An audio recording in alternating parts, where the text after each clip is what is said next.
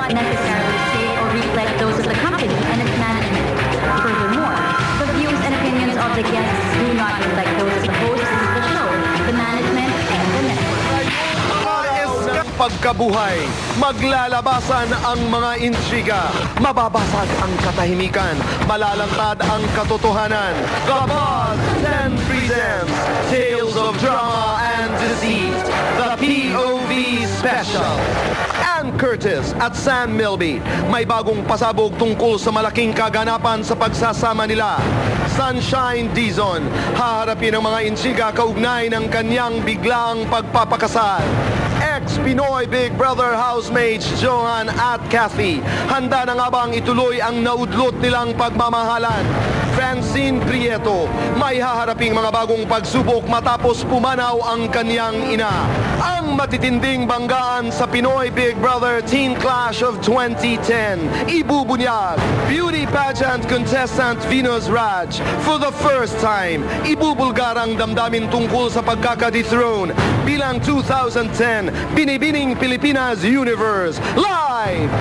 Sa pinakaunang pagkakataon, Jason Francisco, nakaharap na ang idolong si Robin Padilla. Ang buong detalye ng kanilang enkwentro, eksklusibo. Vice ganda, mabubunyag na ang mga pinakatatagong lihim ng nakaraan niya. Live! At Cesar Montano, sa unang pagkakataon, sa isang eksklusibong interview, ibubuhos ang buong saloobin sa pagpanaw ng anak niyang si Angelo. Abangan! Mayayani ka sa bawat revelasyon, magugulantang ka sa bawat deklarasyon. Ito ang mas pinalakas, mas pinatindi, ang mas eksplosibong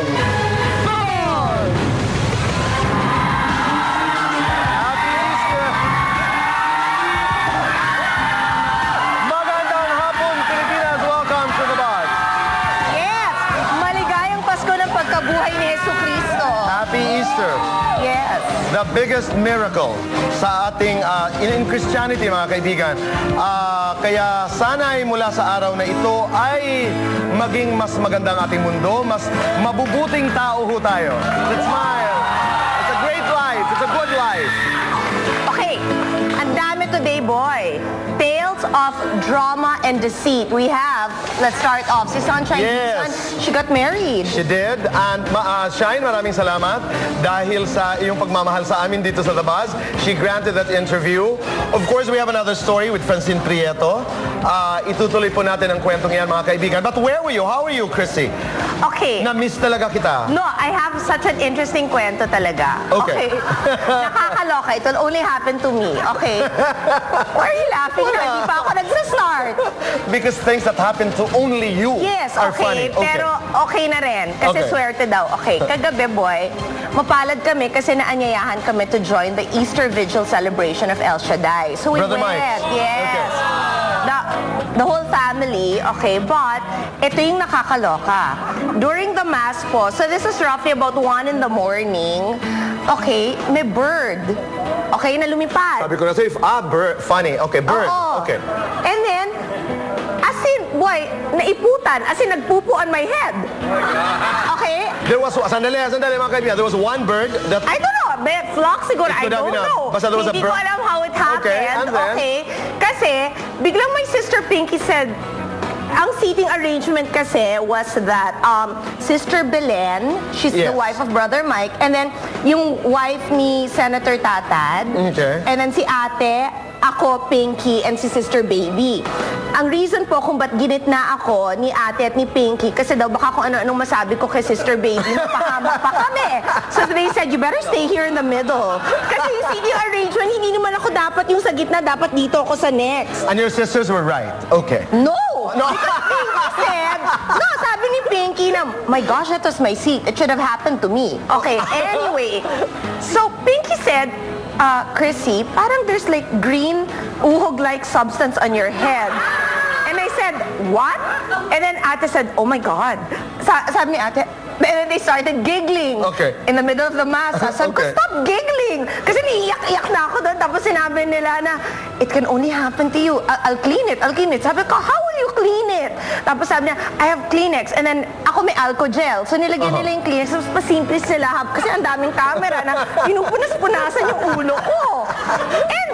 And then, si Sister Baby. So after kasi boy, we were there 5 hours. They told us it's really an honor pag matagal kang pinag-stay doon. So, they fed us. Okay? And then, I think it was lukfu. Sarap. And then, si Sister Baby told me, maswerte yan. And then I said, I think... Maswerte raw ang naiputan ng... Yeah, sa ulo. And I said, Sister Baby, feeling ko you're just trying to make me feel good. And then? And then sabi niya, hindi, totoo. In our 24, 25 years of pag-El Shaddai, first time nangyari at sa'yo pa nangyari.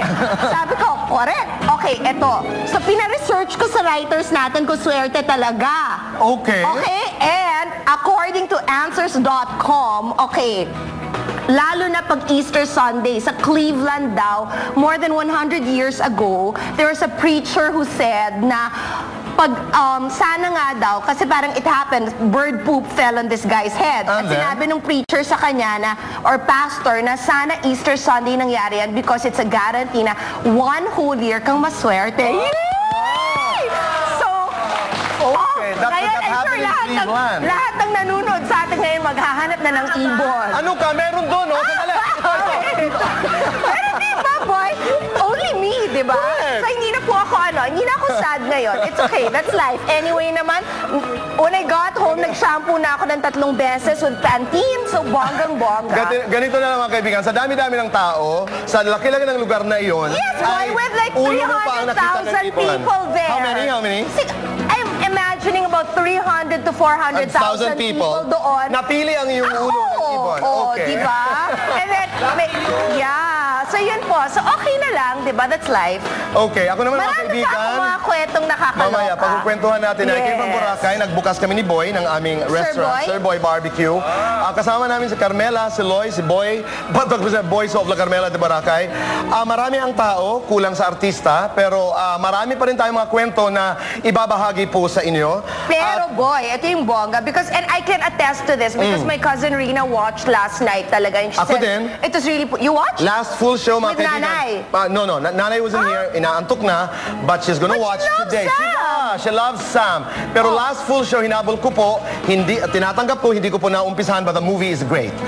Feel-good movie. Babe, I love you. Romantic Congratulations. comedy. Panuurin po natin ang kanilang success. Let's watch Yes. this.